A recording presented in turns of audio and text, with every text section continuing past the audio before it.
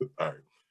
Hey, what's up, everybody? It's Will Fawcett, aka the Millennial Mentor, and I'm back with my sister, Coach Keisha. Hey. So, what we're going to do today is kind of address some topics and ideas that have been prevalent, right? So, over the past week, we dealt with the processing of Derek Chauvin, who was the murderer in the George Floyd case. The same day, we end up dealing with the passing of a young lady by the name of Ma'Khia Bryant, who was in foster care. She was trying to protect herself. She was killed by Ohio police, 4 gunshots. She had a Right. knife. Keisha, how are you processing this? Wow. So there's so much trauma that we have had to deal with as Black people over the Derek Chauvin trial because of the death of George Floyd. And then to see a child be killed um, adds further trauma. I'm a mother of a 16-year-old, and, just to know that a child was killed rather than try to de escalate the situation, it caused a lot of upset for me. I know that I've had a lot of mixed opinions from people regarding her going after someone with a knife, and they're trying to justify the murder, because of the fact that she had a knife. But I think that she was failed Yeah, by her foster care parent, just by the system in general. I do think that, okay, so maybe possibly the cop probably had to do a warning shot. He didn't have to do 4 killing shots. correct. And that's the part that grabs me. It's just the fact that when it comes to our people, law enforcement doesn't think to de escalate, they just think to shoot to kill, as if we're animals, as if it's bear hunting season. And it infuriates me. But so here's what we know as millennials, right? And older Mm-hmm. adults now, we know that we aren't viewed the same, right? Right, And so there was a concept that I know was preached to us, our generation, by our parents. We had to be what? Twice as good to get recognized for just as much that someone else does of a different complexion. right. Also, meaning that you can't carry yourself like everyone else does. So my thought instantly goes to what is that child, or what are our children now being taught? Because I say it this way, we, and I'm using myself as an example, and I know you can relate to it. We were taught how to respond, how to interact, how not to respond when it comes to police or authority figures, right? Right, And so I'll say it this way, as parents, have failed the child, have failed that child, Ma'Khia Bryant. right, We, right. as the system, have failed that child, Ma'Khia Bryant. We, as adults, or the adults that were in her life, have failed her because now she's not here. No one protected her. Someone failed her.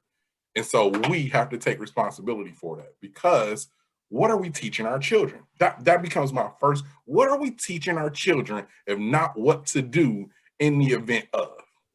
Well, we're in a generation now where the kids believe everyone is the same. Even when I talk to my teenager, he believes, oh, you're hyping it up too much. It's not that bad. I mean, in recent events, he knows that something is different. But even with her little sister calling the police, they're believing that the system is for them. They're believing that the things that have happened with people before them is due to them doing something completely wrong, and that everyone is the same.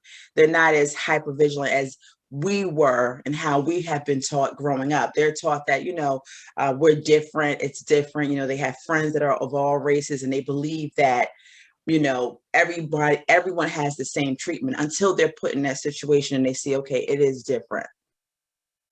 Yeah. And that's sad. And that's due to we have to drill it in our kids' heads Yes. that there is a difference. Right. So and so with you saying that, it's our responsibility, right, to teach Right. our children, to protect our children. So as a parent of a young girl, I'm looking at this saying, I can't see it. I can't see myself being Right. that parent. I don't know what happened where the child was in foster care. I don't know what happened between the mother and father dynamic, because now there are reports that the father was there. She still ran out with the knife while the police were there. So was apparently trying to de-escalate the situation. I'm looking at that internally and saying, if my daughter was in a situation where she felt she was being threatened, number one, don't go outside the house. That's number one. Right. Somebody showing up to quote unquote fight you, jump you, don't go outside the house. Number two, we need to figure out, what is this situation? Let daddy handle it, right? Where was the Right. to handle that situation? Because I can't see it. There is no circumstance in the world where you tell me my daughter is going to be out trying to fight for her life on her own without the proper knowledge of what to do, basically. Well, there's a street code. And so what happened was, and what's sad is that from what I understand, a 28-year-old woman was driving up to fight Ma'Khia.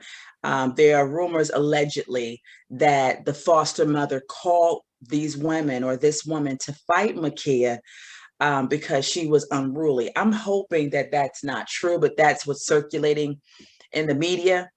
And I'm thinking to myself, if she's supposed to be protected by the foster parent, if you found her to be unruly, you could have turned her back into the system.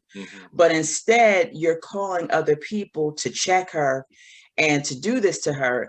That's a little bit too much. So when we go back to street code, people don't normally tell or run. They're taught to go out there and fight, or be referred to as a punk. She came out there. That's a fight or flight response to come anywhere with a knife. That's worse than just throwing your hands and wanting to get it over with. And then when you look at the video, there are people standing outside and they're recording it like it's a WWE match. Like it's, it was sad. Yeah. It was sad. So rather than the adults come in to de-escalate it, or for someone to say this is inappropriate, there are people who drove on the scene to fight this child, and she comes out and fight or flight response. So who's responsible beyond that point? That's my question. Yeah, because you're talking about a minor, right? You're talking about right. a 16-year-old. And here's the other thing: you reference street code. One of the first rules of street code is no women, no children. Right. If you gonna be about that business, we don't involve women, and we definitely don't involve children. So now I'm looking at it saying, this adult woman whose care Ma'Khia was in, what kind of person are you? What kind of person are you that wants to call another adult to chastise, abuse, or to punish a child? Right. So let me reframe this way, and we can start a question. What does protecting our children look like? Because that needs to be the mindset or the model moving forward. We have to protect our children. So I'll ask you, as the mother of a Black male, and I'm the father of a Black female, what does protecting our children look like? I would not have sent my son outside to fight anybody. That's number one. I would have called the cops, and I would not have left my house until the cops showed up on the scene. I certainly wouldn't have had my son come out with a weapon. If he came out with a weapon, that would show or indicate just how severe the situation was, to let it go forward. Anyone who allowed this child to come outside to fight and she's in their care should be responsible for that. I hate to play the blame game. I just can't believe it even went to that point. Like when I think about it, even with my own child, when I put him in that space, I wouldn't have let my child go outside. I don't care if it was a child that was his age. Why is it going to this point? If another adult brought another child to fight my son, I'm talking and addressing that adult. That's my job as the parent, as the adult in the situation. You are bringing your child to fight my child, or this child, whether it's your child or niece or nephew, to fight my child, and no one sees anything wrong with that. What happened to that African proverb, it takes a village? Where does the village come in to de-escalate, not to promote a fight in 2021 with everything else that's going on? We would figure as a people, as a race, we would be more apt to stick together than to divide us up. We have enough things that are against us that's dividing us. I just can't. It blows my mind. It blows my mind. And I'm with you. So talking about protecting our children, I believe number one, it starts with information. We have to Right, give our children information and context of what the world we live in is actually about. We can see all over social media the differential between how Black children are treated by the judicial system and white children, or white right, males, white women are treated by the judicial system right, when it comes to how traffic stops go, when it comes to how burglaries or home invasions go, people living in certain neighborhoods or walking through certain neighborhoods. It's different. So we have to acknowledge that, number one. Number two, we have to understand that you unfortunately will always be viewed as the villain because you are Black. right, I need you to understand that. So that's number two.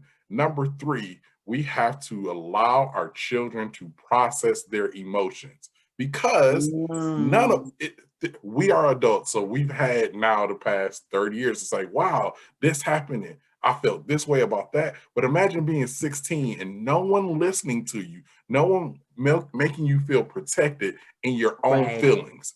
Now you right, can understand how someone would come outside with a knife, regardless of other adults right, being there, regardless of right, police being there. Because if no one else is gonna protect me, I have to do it myself. So those are the right, three things I can think of. Like that's how we can get our children to start on that path of understanding what protecting them looks like. right, right.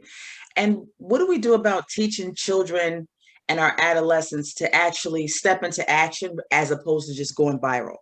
There's a time to go viral and there's a time to step into action. So when we see people going out and recording it, what I take from that is people are more concerned with social media Yes. recognition Yes. than to being in the moment and doing something to stop what's in the moment. When the cops arrived on the scene, people were still recording. When But do kids decide, okay, this is not a recording matter, this is a step into action matter? We but need to that break this up. but that goes back to what you said about the village, right? So Right, concept of the village was, hey, you may have your own personal thing going on, but us as a whole, we got to get you together so that way we all can be good. There is right, no village unless you right, are unless you are intently structuring a village. It does not exist. Just because I know you right, and we live in the same neighborhood don't mean we cool no more. I remember growing up where our neighbors on both sides of us would tell you about anything going on around the house. Hey, we saw somebody walking past y'all house earlier. I ain't never seen them before.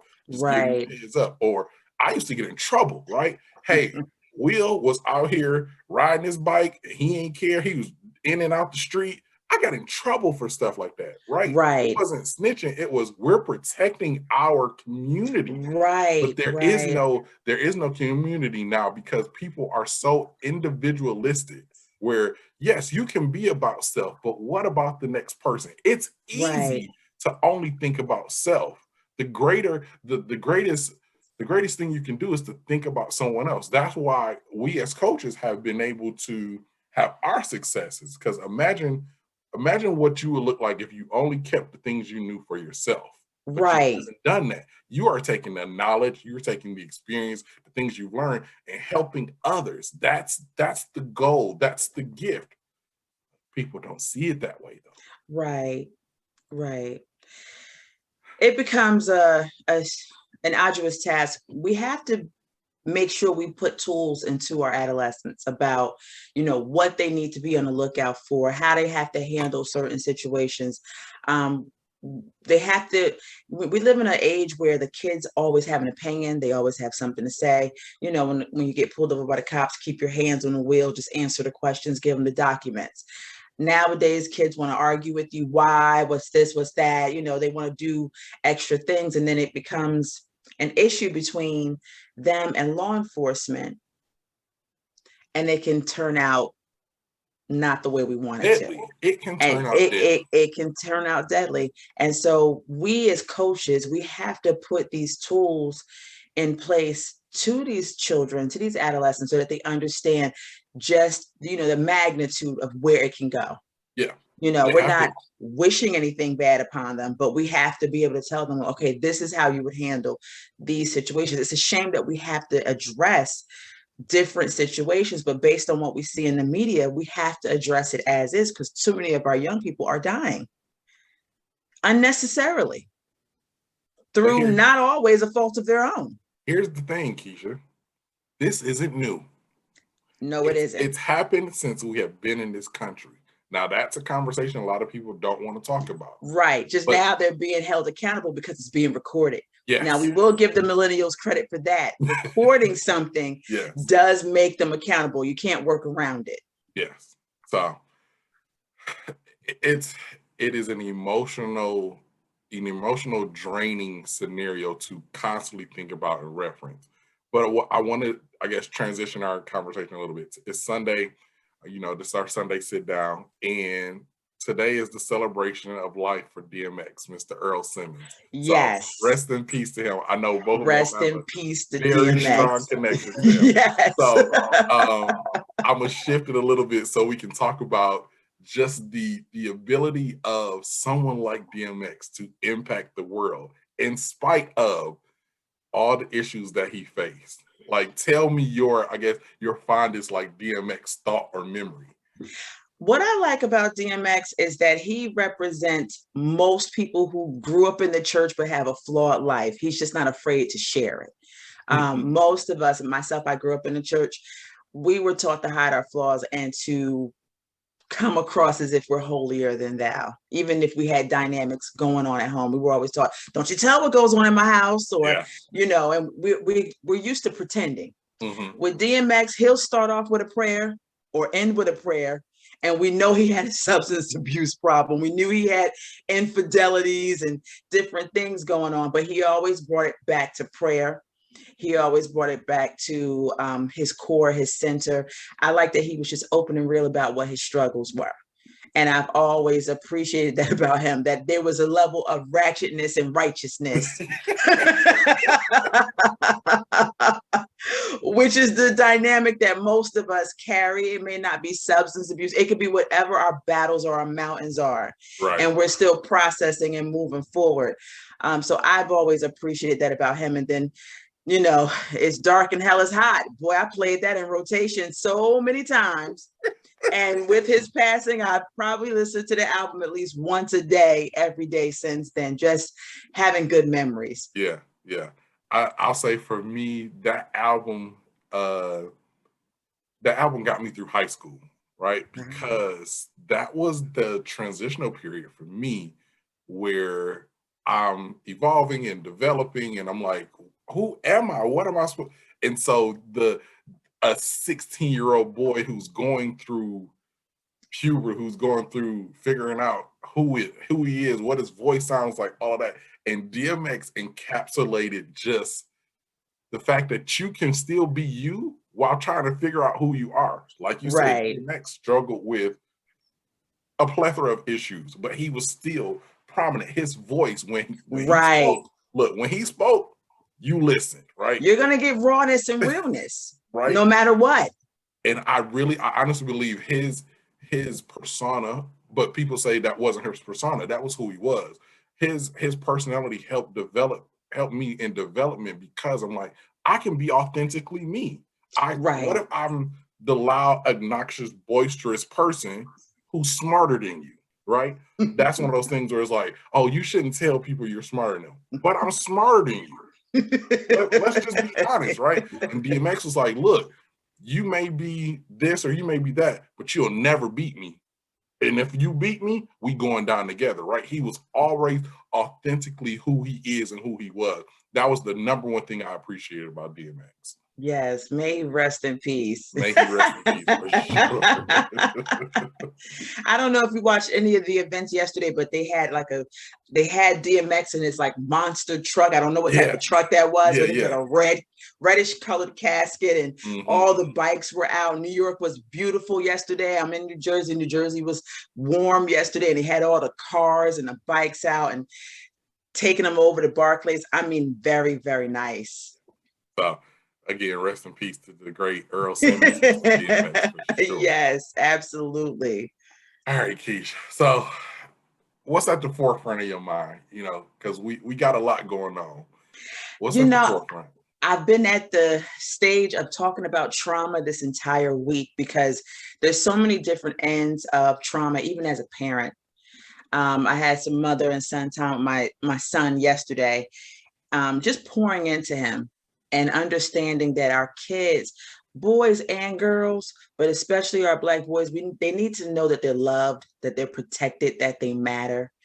Um, I try to, he brushes it off. He's a very nonchalant child. That's just who he is. But I want him to at least remember years after the fact that there's someone out there who loves him, believes in him, supports him, that he's cared about. And what I've seen this week is that sometimes our lives don't matter. Our people, I believe that in the Derek Chauvin trial, he would not have been guilty had the world not seen that video. It would have been his word against someone else's, and it would have passed. I believe with the Black Lives Matter movement and us forcing accountability, and also due to the pandemic, people haven't been able, when George Floyd was murdered, people weren't traveling, people weren't doing anything but watching the news. Consuming. Right. They were forced to see what was actually going on in this country. They weren't able to ignore it the way they normally do because they're traveling, they're working, they're doing everything. Everyone's in their house watching the news. They're forced to see things. And so when it comes back to our children and dealing with trauma, we understand as the world tries to go back to normalcy, we're going to go back to that ignored phase in our lives when people get busy. But through all the busyness, try to conduct yourself the best that you can, and you're loved no matter what. Yeah. When you said that, it was something that popped in my head about you being a parent, right, of a young Black man. Right. And this is a concept, when I say it, it'll ping to you and you'll relate to it. Once you become a parent, the idea or the thought is, I'm no longer living for self, I'm living for my children. Right. And here's what we'll do. I shared a post about a week ago and about a mother being attached to the child. She had her head down. And Right. I tried to just see, hey, how do you guys see this picture?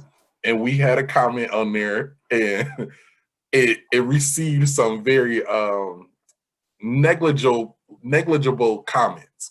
And with that being said, if you are a parent, I need you to understand that your life now at this point is no longer about you. It's about what you're pouring into, what you're investing, and what you're teaching your child. Because we had our time, right? But to bring a child into this world, we have to know it's about them, because at some point we'll be gone. What are the lessons you're teaching them? What are the things that you're giving them, right? Me and Uncle Jody, shout out Uncle Jody, had a conversation one time, and we were just like, the shift that happens with children is when they go from knowing who you are to loving you to adoring, right? Because your son is going to remember these moments. Like you said, he's nonchalant, blah, blah. But at some point later on down the line, he's going to be like, dang, my mom really did tell me. She put me up on game. She really took the time, right? And those are the things that a lot of children that we think about Ma'Khia Bryant aren't getting. They aren't getting that fulfillment. They aren't getting those opportunities to be loved authentically. And that's what we have to do for our children. More and more parents are busier than they used to be when I was growing up in the 80s, where they're working, they're busy doing different things. They're in work mode. And so sometimes that connection between children and parents gets a little bit of a disconnect, because as we're providing, we're not pouring. And you have to do both, because when you're providing, you're just providing food and a roof over their head. But when you're pouring, you're taking that time to talk with them, to build with them, to understand them, to get to know your children. This is why parent-child dates are very important. What I was explaining to my son is that there's a period in your life where you're going to know me as mommy. And that's all I'm going to be is your mother, mommy, mommy. Your dad's going to be daddy, daddy. And then you're going to get to know Keisha. Yeah. And when you get to know Keisha, you get to know me as a person. And I get to know you beyond my son, but who you are as an individual. This is where the pouring begins. Because when we're stuck into parent-child mode, we're stuck into roles. And he has a specific role, and so do I. Same with you and your daughter. You have specific roles. But as she grows, she will know you not only as daddy, she will know you as well. Who is my dad beyond this? You would know her as who she is. Who is she beyond just my daughter? And then you can begin to pour into her based on what she needs inherently, more than just as your daughter, but as an individual. We know what our children need. We study our children, at least we should, to know. Yeah, we should. You should know the tools that your children already naturally have versus what they need more of. And this is where you're paying attention. And then okay, I've put batter in this one, but this one needs more batter in it. I need to mix this more. I need to add this into it. It's layers. We have to be able to do that with our children. Even as coaches, not everyone needs the same type of coaching. Amen. Not everyone needs it. Some people need coaching here and some people need coaching there. So, and guess what? Even as coaches, when we're pouring into them, they're pouring into us. Constant light bulbs. Like, oh, right. Ooh, okay. Yeah, I see right. that. Yeah. Because we're constantly being the teacher, but we're also the student. Every day is a day worth learning. And so as we're pouring, we're receiving as well. That's why the cup flows. It's like a fountain. The water comes out and water goes in, and water comes out and water goes in. Yeah. When you're talking about pouring, I'm thinking of some of the things we always talk about, right? Like, so here's me. Number one, I'll ask you these questions. When it comes to you and your child, number one, do you know what your child's superpower is? You know what they are authentically and naturally gifted at? That's number one. Number two, do you understand your child's love language? How do they want you to interact with them? How do they best interact with you? Number three, are you comfortable with your child being authentically who they are? Because if you are not, that will cause a rift. How do you understand or get better with understanding who your child authentically is? You listen to them. Hey, listen, coming from the oddball kid, I'm giving you the game, right? Those are just some things I learned along the way. Right. And see, this is the issue with your child being authentically who they are. We were taught to lie at a young age. At least I was.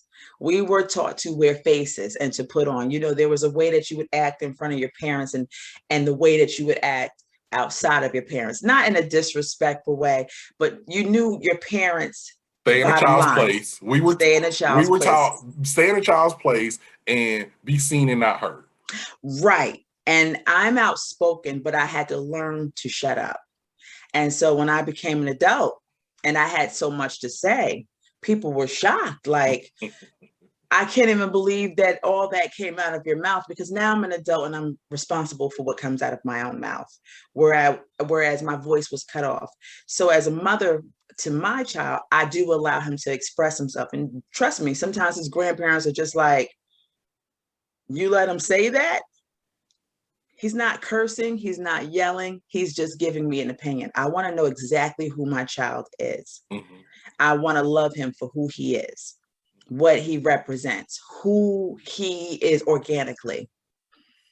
Ooh, and that's what helps us cultivate our relationship. So I'm sitting here and I'm like, what would it look like if you're a parent watching this or listening to this? Ask yourself this question. What would it look like if I loved my child authentically for who they are?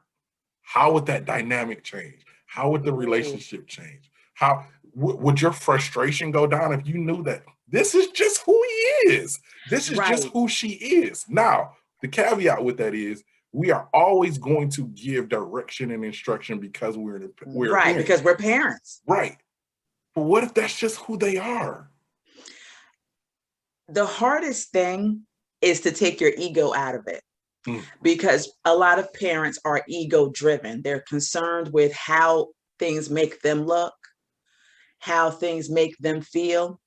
And it goes back to love languages as well, because sometimes the parent wants everything to be circled around them and not the child. And this is where there's a breakdown in the relationship between parent and child, because there has to be some type of meeting in the middle.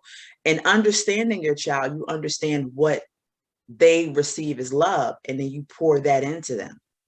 And as a parent, when you're sacrificing and it's not about you anymore and it's about them, you learn to lean not on yourself, but on pouring into the child. You can't make it about you. And that's a hard piece. This is okay, playing devil's advocate to my own question. Okay. So you can be the coach in this scenario. Okay. My child's love language is physical touch, but Right. I don't enjoy physical touch. What do I do? When you don't enjoy physical touch, sometimes you have to come outside of yourself, right? I also had a mother who's not a physical touch person either. So I would go to my aunt for hugs when I grew up. She would feel uncomfortable because she felt like I loved my aunt more than I loved her. But the reality is she loved in the way that I loved. So as an adult, and I'll say this to you too, sometimes you're gonna have to give that hug that may feel uncomfortable for you, because it's not about you, it's about her and how she receives it. So if she doesn't receive the love from you, fast forward as she becomes a teenager or an adult, she'll seek out men who give out false hugs and false love and give Those false hugs, realness. look, those hugs and those love that come with ulterior motives. Right. So Mhm. then what daddy does when he pours into her is he gives her love through hugs, and he helps her to discern between a genuine hug versus a malicious hug or a manipulative hug. Mhm. That's what daddies do with their daughters. That's Mhm. what helps, Yeah. because, you know, unfortunately, as we see all these movies where they glorify the girl that gets with the drug dealer, a lot of times it's what's missing for that girl at home, that she seeks the drug dealer and he becomes her daddy. Yeah. There's And daddy issues. and the Yeah. bad thing is well, I can't say bad, but the thing we notice is the concepts or the reasons are so simple. What? My parents couldn't provide for me. I'm with the drug dealer because now I don't have to worry about when I'm gonna eat. Oh my God, we didn't have a car, but I'm with the drug dealer now, and he got 2 cars, and he'll let me use the car. Oh my God, Right. nobody ever told me I was pretty. And this is getting my brain going. It was an interview I watched with Dwayne Wade and Gabrielle Union, and she Uh-huh. said, growing up in her house, no one ever told her she was beautiful or that she was Wow. pretty. Wow. Gabrielle Union, who has been in countless movies on And multiple beautiful. beautiful, right? She said no one in her family ever told her she was beautiful. She walked around as a young Black lady wondering if she was pretty, if she was good enough, if Wow. she was beautiful. So these Wow. are the type of things where we talk about pouring into our children. Right. Imagine if you poured into your child and it's not about you, but it's about them being better for them later on. Right. And think about your sons. Think about even in a drug dealer situation. Maybe the woman may use sex to get material things from you, but maybe you give the material things because you always wanted a hug. And boys grew up with talking and thinking that they couldn't express emotion. They had to be tough. They couldn't be affectionate. They reject affection, but need affection. Absolutely. When you get that at the cornerstone or the platform of just being home from your primary parents, your family, you grow to know what that is, and you can embrace it or reject what you see as being manipulative later on in life. Men can be rejected too and manipulated too. You know, they have to know where love is. They have to be free to express themselves, to have emotions, to be able to say what's on their mind. Men are taught to not say what's on their mind. And this is where anger and aggression comes from, when really it just takes conversation, a listening ear, sometimes non-judgment, sometimes allowing critical thinking to happen where we don't always give the answer, but we give tools that can lead them to possible answers.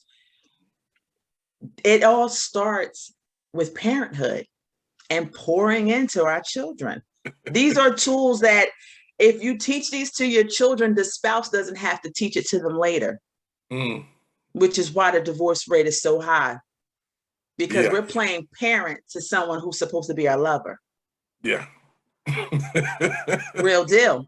It is, because with what you're saying, it goes along with this. It's like if you love a child the way they need or want to be loved, then they are able to love themselves, right? Right. I'm not questioning, are you only doing this because? Do you want something out of me? Oh man, I gave you this. Now you want something in return. No. I'm giving this to you freely. Right. It's not an exchange. It doesn't mean that you're doing this to gain that. You're giving freely because you want to. And this is how you pick up on your child's love language. Whatever makes them light up. If baby girl lights up because daddy gives her hugs, then you want to make her light up all the time. Daddy gives a hug, baby girl lights up.